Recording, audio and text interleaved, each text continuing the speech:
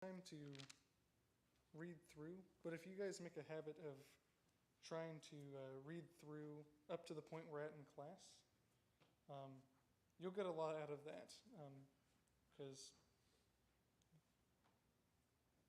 Paul didn't add the chapters in here. He's making a really connected argument. So yeah, if you guys try to keep in mind what we've covered beforehand, you'll get a lot more out of it. Where are you at again? I'm sorry. Oh, I don't think I said yet, actually. Okay. So no worries. We're in Romans chapter 3. Yeah.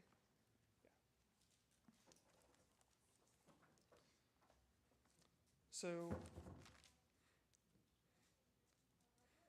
what's been Paul's argument and his point up to and into this chapter?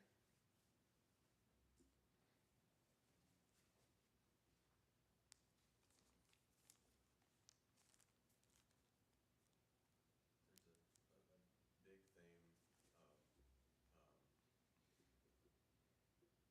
the best way to sum it up? We're not okay.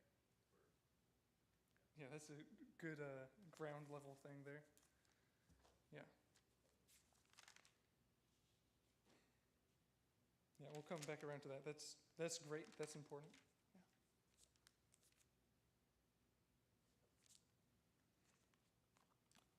Yeah. Yeah, he starts saying that, I guess, particularly in chapter 1, verse 18. That's where this starts. This line of argument starts up. But obviously, Romans is really just Paul thinking through and breaking down different parts of the gospel. He's trying to get the Romans to understand the gospel that's changed him and changed them, and he wants to keep changing them. And so we can see even before that point in chapter 1, echoes of, or foreshadowings rather, of David's point that we're not okay, because that's why Jesus is so wonderful, is he's offering a solution to that problem. And you can see Paul's gratitude for Jesus before verse 18. Yeah, but chapter 1, God's wrath on unrighteous people. God gave them over. People stubbornly were choosing to do what seemed right to them instead of what God was offering them, and did not work out well. And he's starting with this argument because in chapter 2, he explicitly mentions the Jews, and he says, you guys don't have any excuse. You all the Jews, and you particularly, have sinned. And you don't have any solid ground to stand on if you're trusting in your own righteousness, because that's failed over and over throughout our history. Paul's saying that as a Jew. He's trying to get them to realize, hey, Jesus is here instead. If you're boasting in the law, instead you're going to fall, and you're proving yourself to be a hypocrite repeatedly in every possible way when you are relying on yourself instead of on Jesus. He says, the Jews, we have never been able to live up to these traditions and laws that we're so proud of. So there's no foundation to stand on, to boast about. Yeah. And this was talked about on Sunday, but let's just summarize chapter 3 some here. As he says, chapter 3, verse 1, what advantage has the Jew? What's the value of circumcision? He says, also in verse 2 here, to begin with, the Jews were entrusted with the oracles of God. And he mentions that, and then he moves on pretty quickly from that. But that makes a point that we talked about already in the previous chapters, is, I know, we could talk a lot about this.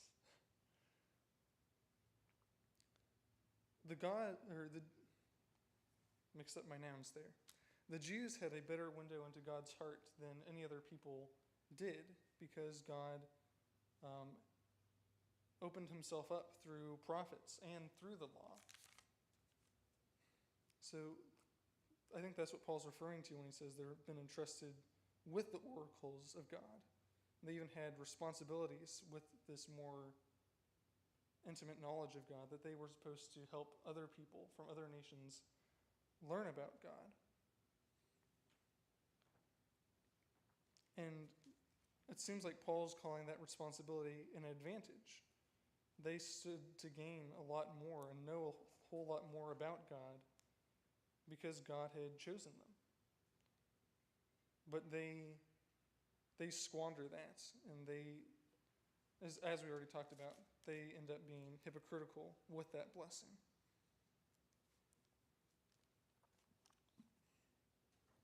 Yeah. I'll stop there for just a second. Is there any questions or comments for what we've reviewed so far?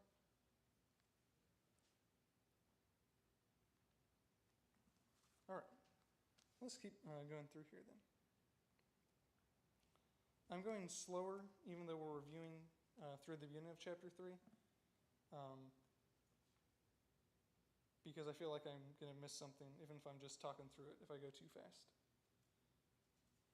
So Paul says there was an advantage, and it is an advantage to being a Jew in verse 2. But he kind of pivots to a different point. And in verse 3 he says, what if some were unfaithful? Does their faithlessness nullify the faithfulness of God? And he says, by no means, let God be true, though everyone were a liar. As it is written, that you may be justified in your words and prevail when you are judged. Which is from Psalm 51. But if our unrighteousness serves to show the righteousness of God, what shall we say? That God is unrighteous to inflict wrath upon us? By no means. For then how could God judge the world? But if through my lie God's truth abounds to his glory, why am I still being condemned as a sinner? And why not to do evil? And why not do evil that good may come, as some people slanderously charge us with saying? Their condemnation is just. So if we look at verse 9 there, Paul doesn't even really answer these questions. He clearly thinks the latter questions are just ridiculous rhetorical questions. Like, these are crazy questions for us to ask. Which is why at the end of verse 9 he says, their condemnation is just. He believes people should know better, and probably do know better, than to ask such slanderous questions. But what's Paul's point here in the beginning of chapter 3? He's obviously, I think it's really clear he's asking these questions because he's anticipating the response of Jewish readers, and maybe just readers in general. It's like, if this is true, what about this? And he does that for a series of these rhetorical questions. So I am not sure that I know exactly, but I'll share my thoughts here in a minute, but I wanted to know what you thought about this section first. Just chapter 3, verses 1 through 8.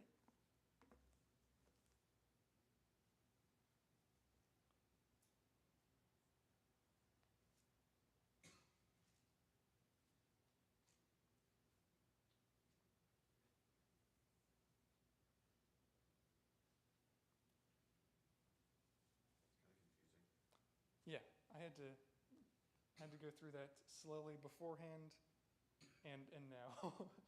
Yeah, so it's kind of confusing, that's for sure. Yes, I think so. Some of what Paul writes is hard to understand. Yeah, Romans is really awesome, but also has a lot of this kind of thing. Yeah. So I won't be offended if no one has something to share, but it'd be really cool if you guys did. Thanks. One thing I'm thinking about is, like, why did God choose a particular nation to reveal his oracles to? That's a good question. Instead of just, like, trying to communicate with all of mankind.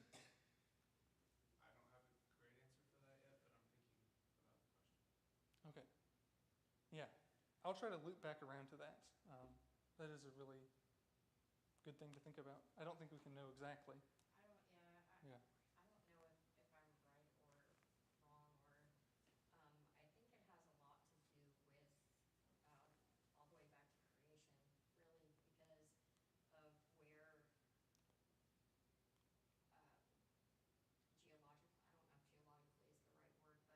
Yeah, like their geographic the location. yeah, the geographic location of Israel, I believe from, and like I said, I mean, nobody knows the origin of like the garden and those types of things, but I think that part of it has to do with the creation and where that was, and that just ended up being, I don't know, that's a guess, but that would be my, I don't know, an assumption. Yeah, we'll come back to that too. That's really interesting. Yeah, no. My thought was that it has to do something with the promises to Abraham that God made, Yeah. why he did it to them. Yeah. The land Which secret. Elijah might say, why did God make those promises to Abraham though? But no, that's really important. Yeah, very important. I didn't mean to put words in your mouth, but I was anticipating that. Yeah. Yeah, okay.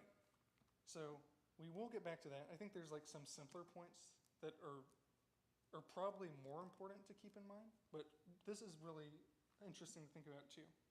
But let's check some other boxes off first. So hopefully as we break this down, this is stuff that's fairly obvious to us. Like it's not as though these questions aren't important, but I think most of us have got to a point where we're like, oh, okay, yeah, we know that. But Paul is anticipating people who maybe don't realize these things. He wants to make sure they understand who God is and what it means to be in a relationship with him through the gospel. And so it's going to be a little slow, but probably helpful to walk through these rhetorical questions. So starting with verse 3 again.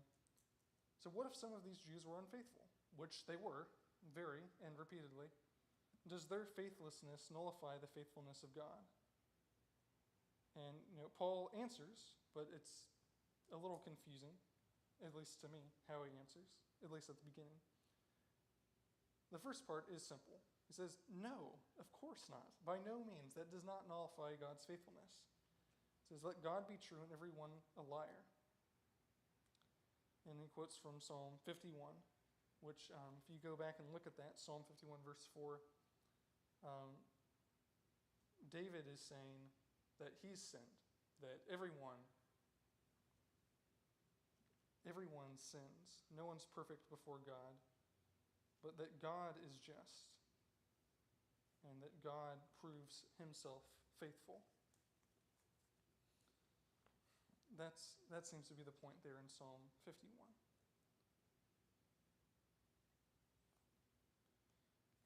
I think the reason Paul thinks some people might ask these questions that he writes in verse 3 is that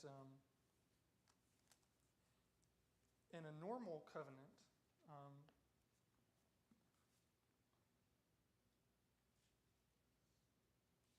both parties are saying, if I mess up, then, well, in some covenants we read about in the Old Testament, they say, if I fail to uphold my end of the bargain, then my life is forfeit. You get to kill me. But the covenant that God made with Abraham, he's super merciful. And even covenants where, like at Mount Sinai, the Jewish people are expected to uphold these commands and following and living as a people in a relationship with God, God is still extremely merciful to them. And when he declares himself to Moses, that's kind of the most important thing he describes about himself.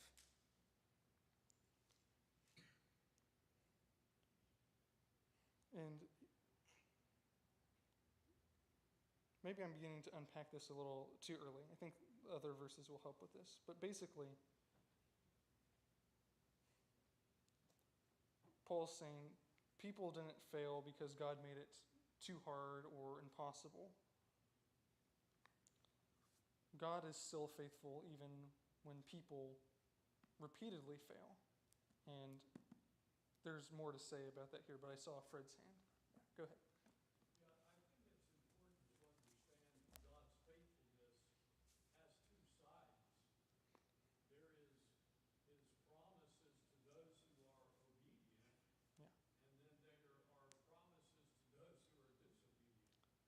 If we Yeah, go that's a back good to point. Deuteronomy, when Moses is talking to Israel back there, God says, if you obey me, you're going to be blessed, and I will just bless you more than you can even imagine. But if you forsake me, he said, the consequences will come to you, and you will be taken away in captivity. And so, one thing that we have to understand here is that God's faithfulness has those two sides. Yeah. So, we know that in Israel, there were very few people that were faithful to God. Yeah. But God was still faithful in rewarding those who were obedient, and he was also faithful on the other side of that, and that is he punished those who were unfaithful. But Paul is making a point, even if everyone were disobedient, God's faithfulness would still be there. He would have rewarded them had they been obedient and faithful to him, but he will have to be faithful in punishing all of them if they're all unfaithful. And of course, we know there was a remnant. Yeah.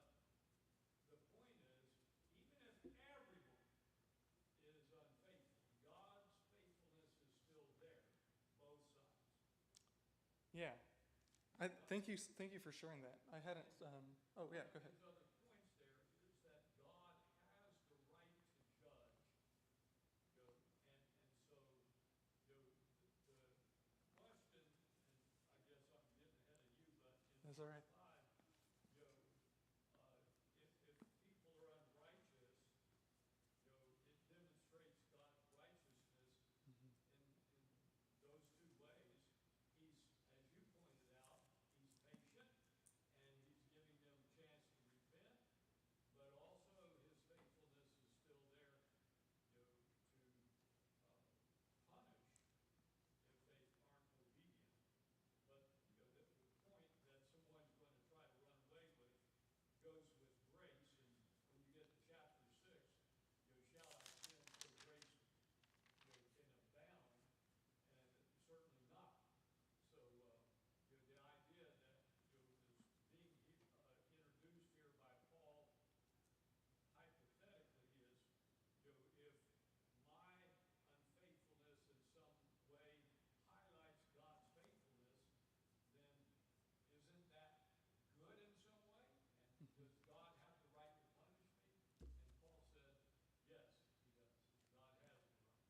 Yeah. I think I really appreciate you sharing that and how you worded that, because that seems to be exactly Paul's point in verse 6. And obviously, it's a really important part of the point he's trying to get these people to understand. Yeah. Yeah, so on one hand, God's proving that he is just and consistent, that he's faithful and true when he does what he says, which includes punishing the wicked. Yeah, that's one of the things going on here. Yeah, I don't want to get too far ahead, but because he's going to make some of these points later in the chapter. But, God does have the right to judge, and he is the authority. But what happens when he doesn't exercise his right to pass judgment? And that calls his justice and righteousness into question, and that's going to come up later in the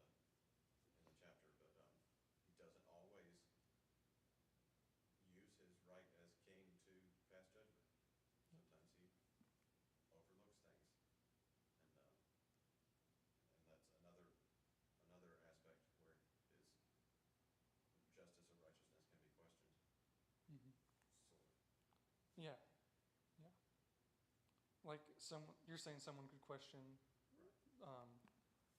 how is God just if he's showing mercy? Right. Yeah, because like you're saying, it'd be fair. It would be fair for God to punish. It would be fair for God to punish people, and if He fairly punished every offender, there wouldn't be hope for any of us. And so, we should be very grateful that God isn't fair, but that He is righteous and merciful, and that He abounds with loving kindness. Yeah. But He has the right, and He does ultimately do that, even though He is extremely patient, like we were all just talking about. I feel like Paul's argument that he uses in response to this question, like, does their faithlessness nullify the faithfulness of God? Mhm. His response of, like, God's justice and his faithfulness is the base assumption. It's always true. Yeah. No matter what other consequences you think, you weigh the balance to try to prove that he's not, it doesn't work out. I don't think a lot of people today make these same arguments that Paul is No, pointing out, but that's they make other true. ones. They make other ones. Like, how can God be just if all these people who've never heard the gospel and never believe in Jesus because they never heard about him, Yeah. how can God be just if he doesn't save those people? And sometimes our best answer is just going to be, may God be true, though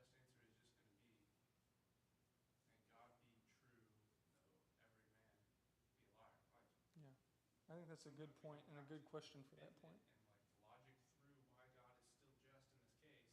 We just have to say that's the base assumption of God's nature. Like, Mhm. if he isn't just, he's not God. And when I don't know, anywhere you look, I think you'll see all these different testimonies in ways that prove over and over that the kind of God, that God is the kind of God He says He is, one who will be just and one who will be true, in a world where we've all proven ourselves to not be. Yeah, I think that's a really important point to remember too.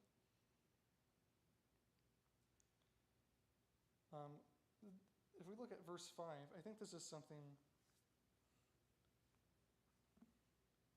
I think is a simple point, but one helpful for us to remember. It's one Paul really wants to make sure his readers don't miss.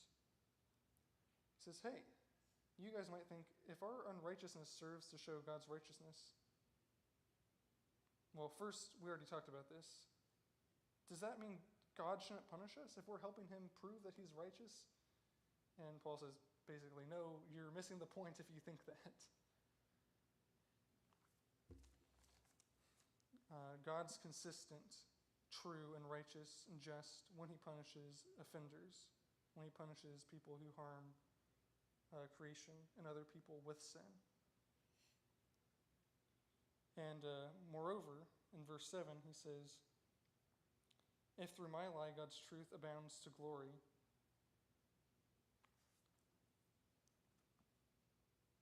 why am I still being considered a sinner? This is where we see all those questions that he doesn't even bother to answer. It seems because he thinks they're so absurd. I think that's because Paul's perspective here is that, sure, we're weak, we're sinful. When we sin, it does highlight that God's righteous.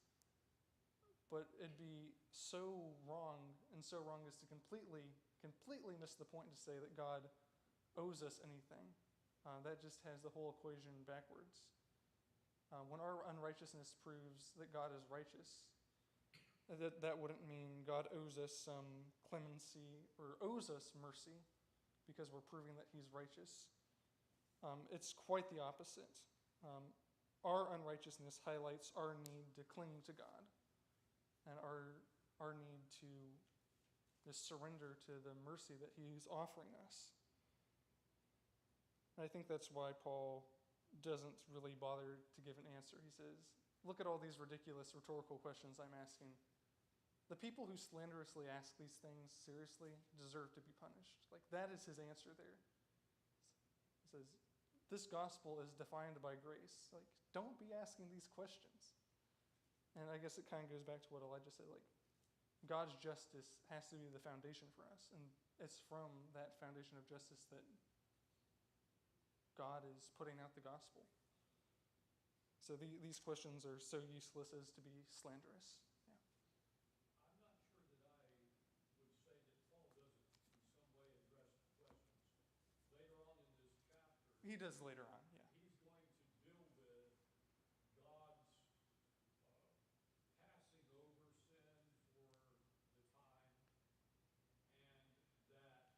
over sin for the time, and that in Jesus Christ, Yeah. he demonstrates his righteousness. That's what he talks about Yeah, in absolutely. verse 26. And so I don't think he's ignoring it. He's leaving it for the moment.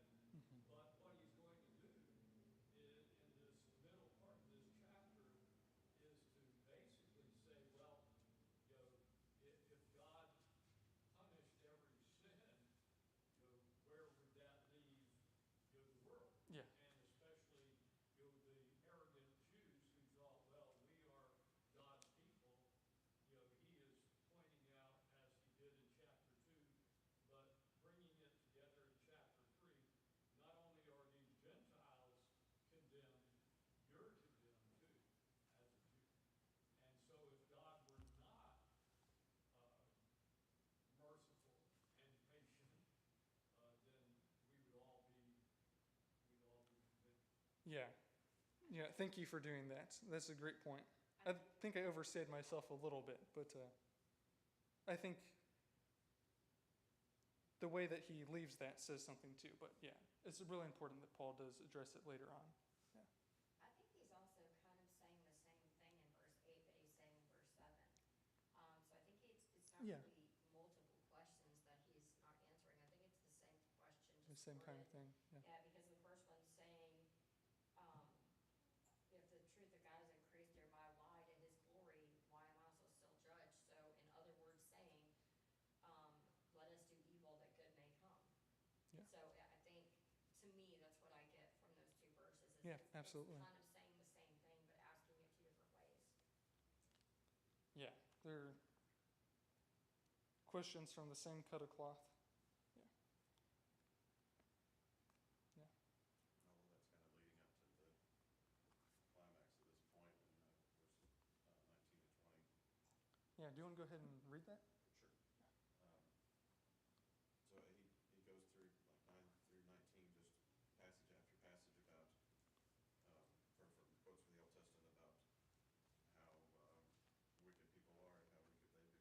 Hmm. And he says, now we know that whatever the law says, it speaks to those who are under the law, that every mouth may be closed, and all the world may become accountable to God. Because by the works of the law, no flesh will be justified in his sight, for through the law comes the knowledge of sin. So basically, you can use whatever argument or whatever excuse you think you have. Doesn't matter if you're a Jew by birth and by circumcision, or if you're an inward Jew because of the circumcision of the heart, or if you have the oracles of the law, oracles of God or not, or whatever. Everybody just needs to shut your mouth because everybody is guilty. Yeah. Yeah, absolutely. Yeah. Yeah. No matter who you are, Scripture says time and time again, experience proves time and time, every time, that we're guilty. We have to have our mouth shut, just like you said. Yeah, it reminds me of what Job said after his Mhm. rebuke. He's like, you know what? I'll lay my hand on my mouth. I'm Yeah. just going to be quiet now. I think it's notable that the end of verse 11 and the end of verse 18 kind of bookending these different verses from Isaiah and several different Psalms. Verse 11 ends with, "No one seeks God." Verse 18, the last of these quotes, he says, "There is no fear of God before their eyes." And it's kind of similar to ideas we looked at in chapter 1, right? Where Paul started this line of argument. People should have known that God was there. His divine nature and his power was clearly to be seen in creation, but people turned aside and did what seemed right to them. They weren't seeking God, even though he was apparent. They were seeking what they wanted to. And they had no fear of God, even though they should have had fear of God. They should have had tried to come to God through his creation at least. And the Jews have less excuse than that.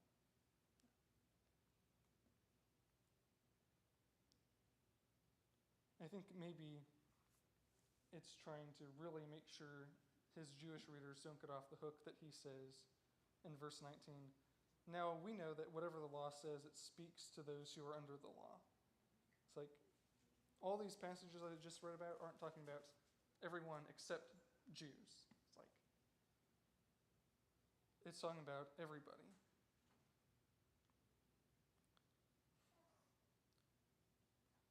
You guys have any other thoughts or questions on this section here?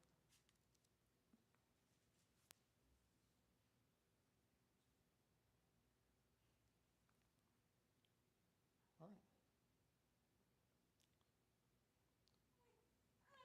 There will be a lot of great things to talk about here. I'm just going to go ahead and read through 21 to the end of the chapter.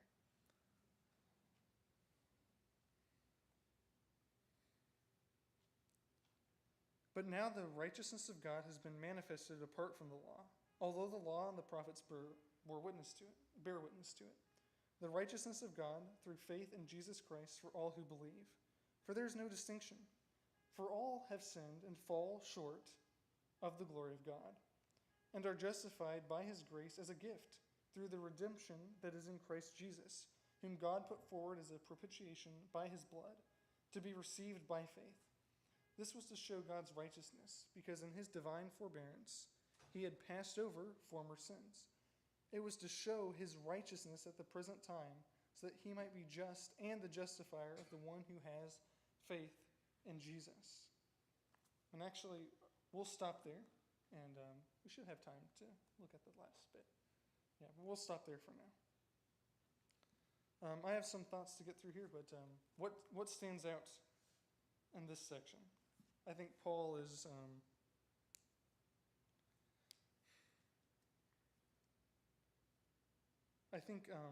from about 118 to verse 20 of this chapter is Paul establishing, hey, there's a lot going on, and it's probably what I'm saying is a great oversimplification.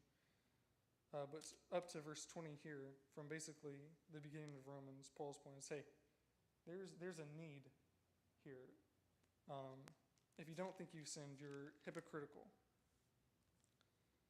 And now he's going to start. It's a continuation, of course, of what we're just reading. But I think he's shifting toward the solution and more focus on what that means for us.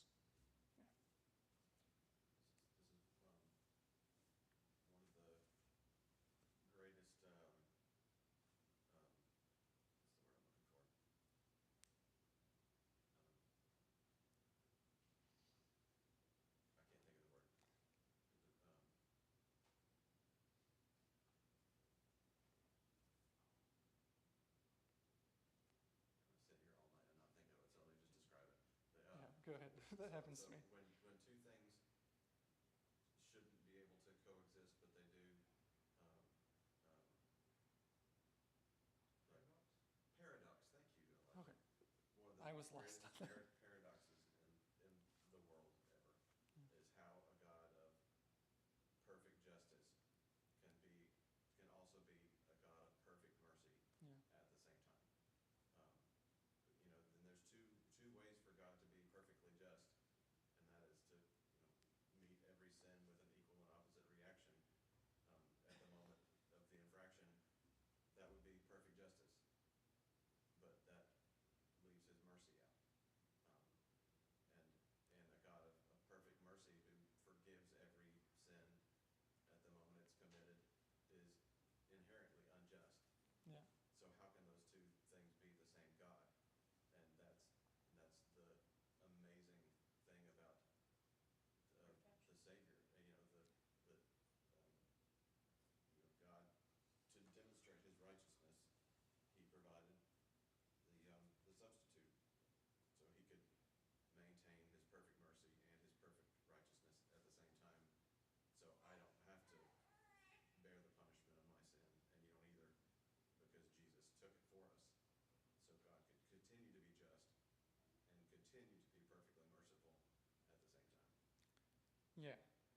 a beautiful paradox. I like how you said that. Yeah, it's this section is really beautiful.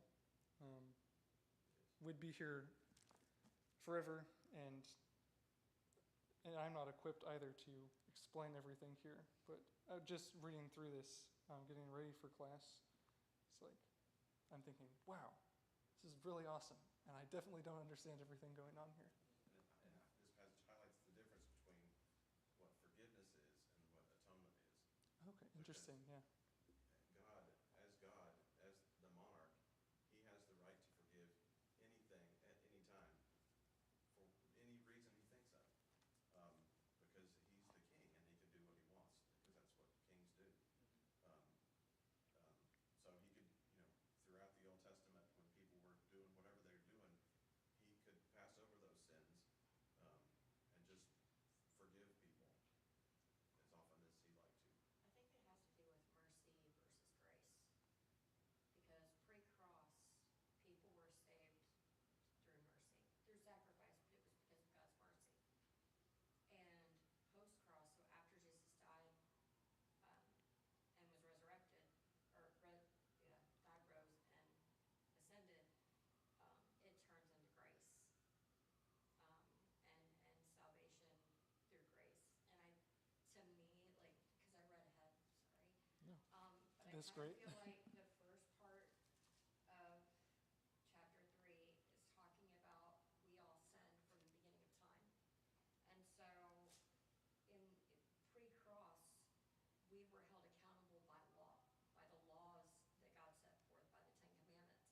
And we still are now, but the law had to be followed strictly pre-cross. As to where when Jesus died, his blood became the ultimate sacrifice, which then saved us by grace. And I think that that's where the rest of this chapter goes into setting apart the difference between mercy and law, and now Jesus' blood and grace. Yeah, that's really interesting. I think there's a lot there to what you're saying. Thank you. Yeah. Yeah, I don't feel confident enough to try to exactly define mercy and grace, but yeah, that's something to think about. Thank you. I saw Fred's hand.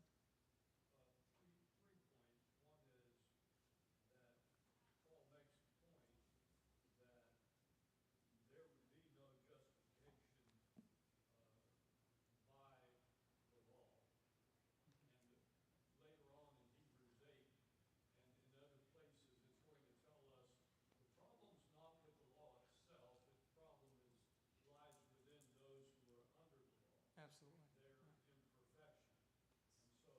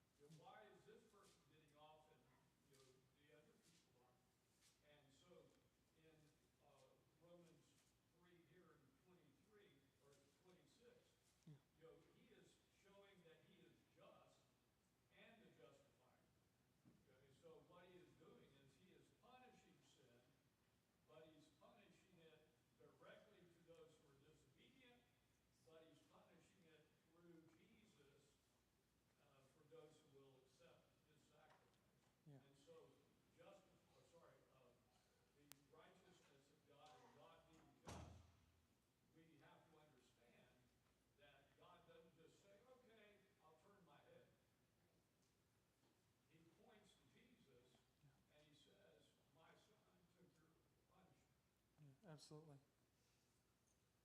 Yeah, I just have a couple. Thank you so much. I just have a last couple observations here. Look at verse 21 and then at verse 31. When Jesus was talking about himself and the kingdom he was bringing and the gospel that he was preaching, he said, I didn't come to abolish the law and the prophets, but to fulfill them.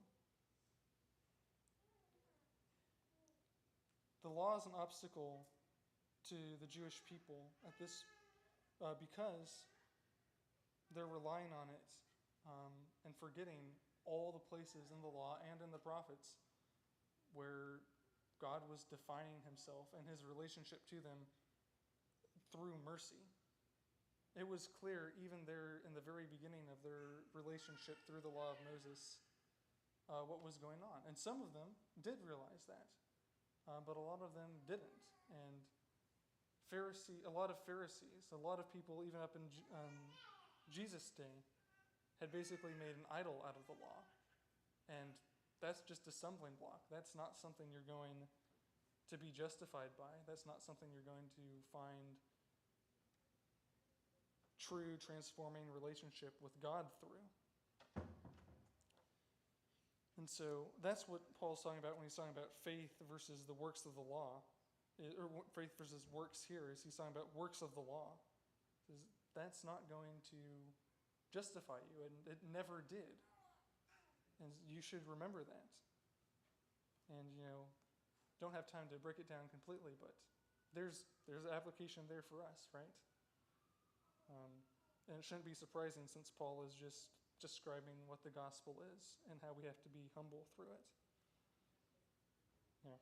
There's so much that could be said here, but the last thing I'll say is I think it's really beautiful that the way God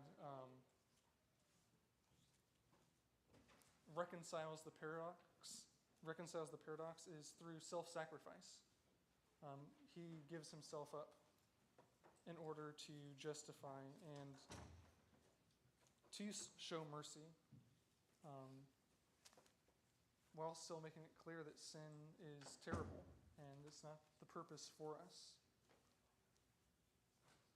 And obviously, there's so much with Jesus' death and his resurrection.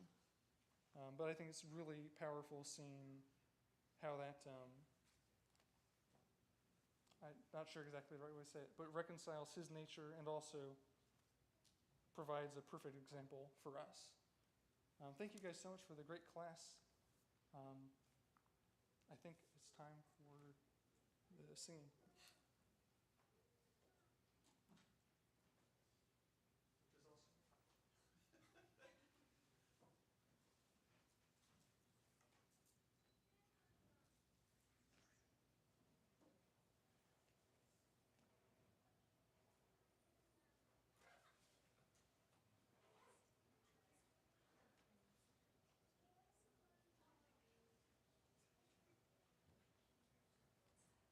So we'll start in just a second. We're going to sing the first verse, have the invitation, and then do the second and third verses. Yeah, I'm waiting. Yeah, thank you.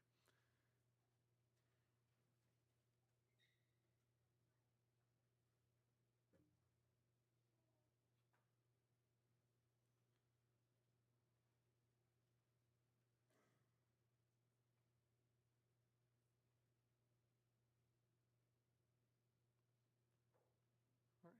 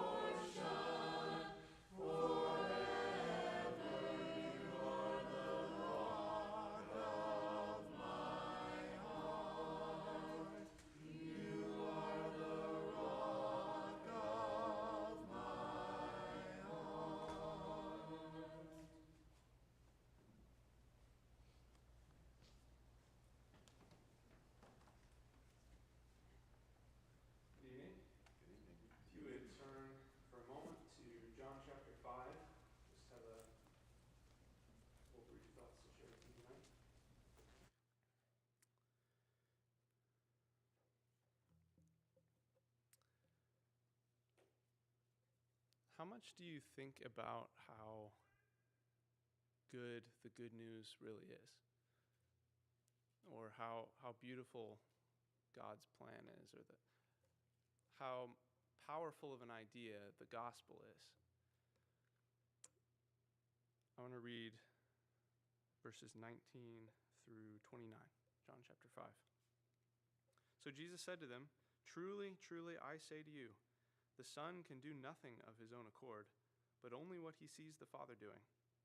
For whatever the Father does, that the Son does likewise. For the Father loves the Son and shows him all that he himself is doing. And greater works than these will he show him, so that you may marvel. For as the Father raises the dead and gives them life, so also the Son gives life to whom he will.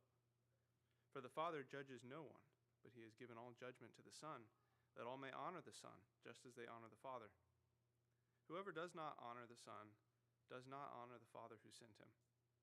Truly, truly, I say to you, whoever hears my word and believes him who has sent me has eternal life. He does not come into judgment, but has passed from death to life. Truly, truly, I say to you, an hour is coming and is now here, when the dead will hear the voice of the Son of God, and those who hear it will live. For as the Father has life in himself, so he has granted the Son also to have life in himself. And he has given him authority to execute judgment, because he is the Son of Man.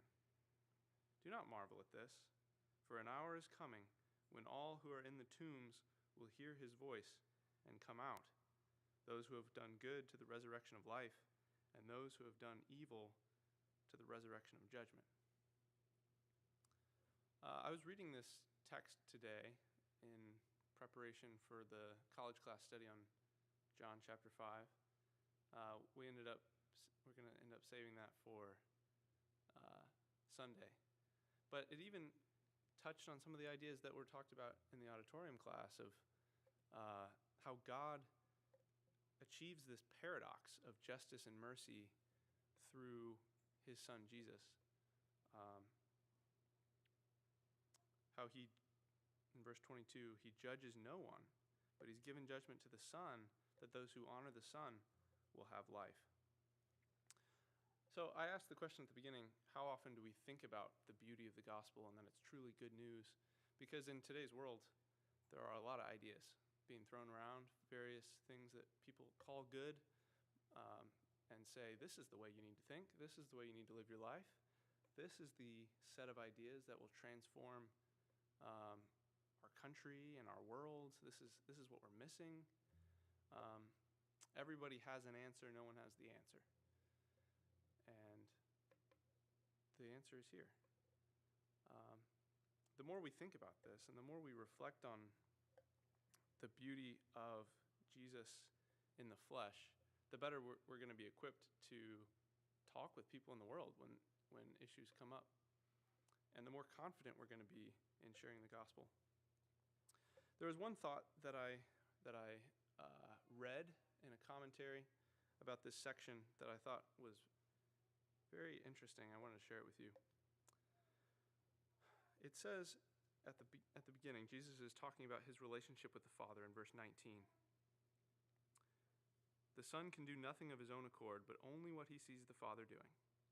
For whatever the Father does, that the Son does likewise.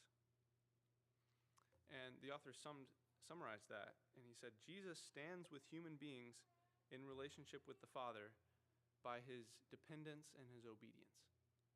Jesus is like us in that he is totally dependent on the Father and is totally obedient to the Father. He is under the Father's authority. And then it says that the Father loves the Son, shows him what he's doing, and the Father gives the Son the authority to judge and raise the dead. So Jesus stands with human beings in his submission to the Father, but he also stands with God in that he has authority over life and judgment and truth over all things. So he is this perfect bridge between the unknowable, unapproachable holiness of God and the very knowable, dirty sinfulness of humanity. And like without the man Jesus Christ, there would be no hope for us. There would be nothing other than the downward spiral of our own ideas and thinking. And that's a beautiful salvation, I think, especially when you consider the context of the public discourse that goes on in election years and things like that. So I wanted to encourage you to meditate on the beauty of the gospel, the good news, the powerful reality of the incarnation and what it accomplishes for us. And then secondly, to live your life like it's true. It's not just something to say, wow, that's cool. I'm glad I know Jesus or I love Jesus. It actually has profound implications for the decisions, the ways you talk, the ways you think every day. Truly, truly, I say to you, whoever hears my word and believes him who sent me has eternal life. He does not come into judgment, but has passed from death to life. We all have the choice whether we hear his word and believe the Father when we choose to reject or accept what Jesus says. And I think there's one last thing in verse 25 that I want to mention before I'm finished. He says, truly, truly, I say to you, an hour is coming and is now here when the dead will hear the voice of the Son of God, and those who hear will live. And it might sound like he's saying, well, he's going to resurrect Lazarus in a few chapters. That's probably what he means. No, he's talking about the people who are listening to him speak. They are raised from the dead spiritually by his words. He is speaking to these people and saying, rise, come out of your sin and darkness. So if anyone is here and they want to take this opportunity to listen and accept Jesus' words, rise from the dead, pass into life, the opportunity is yours. If there's any way we can help you, please come as we stand and sing.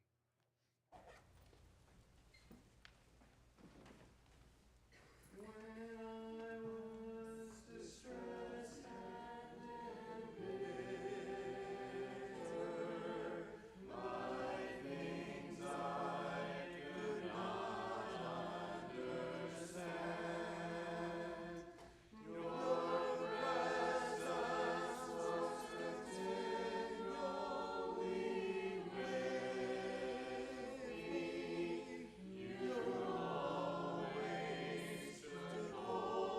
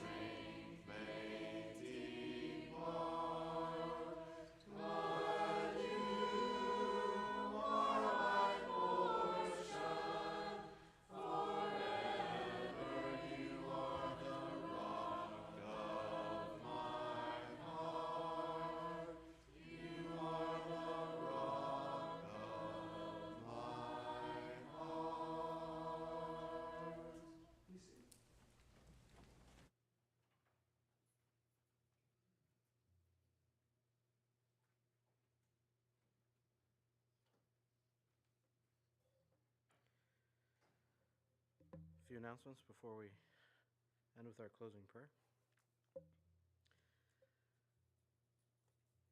So there's an update on Thelma Davis.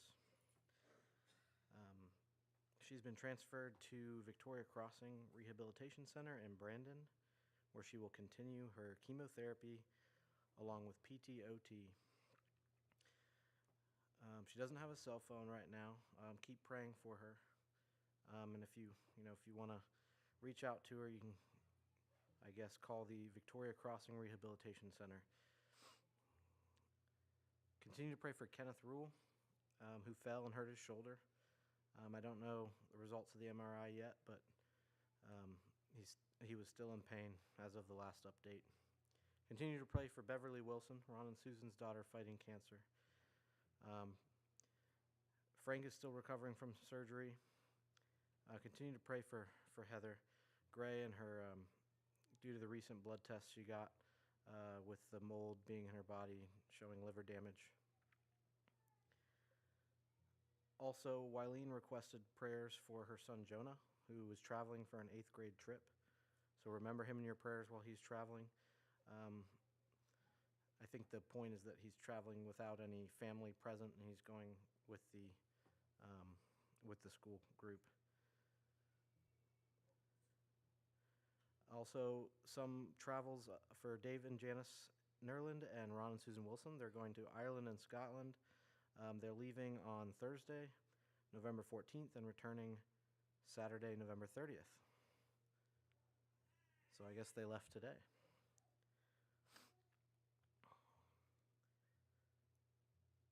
Those are for the prayer requests and those traveling, but we have a couple other notes for upcoming event. There's a men's meeting this Sunday from 12:30 to 1:30 before the assembly.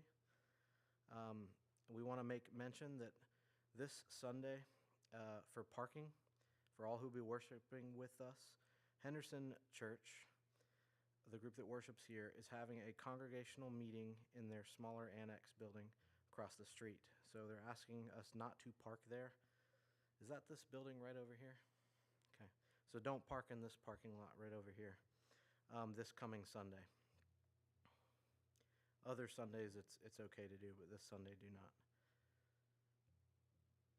And finally, the men have found a place to rent, the Crest building across the street from our Seminole Church building.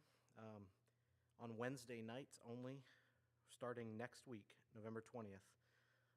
So our worship services will go back to Wednesday night for the midweek Bible study at the Crest building, which is across the street from the Seminole Church building. A group of men went there last night, and they spent some time looking at the classes. So it's an exciting opportunity for us to be back to the same time and location that we've been for many, many years. So with that, we'll go to God in prayer.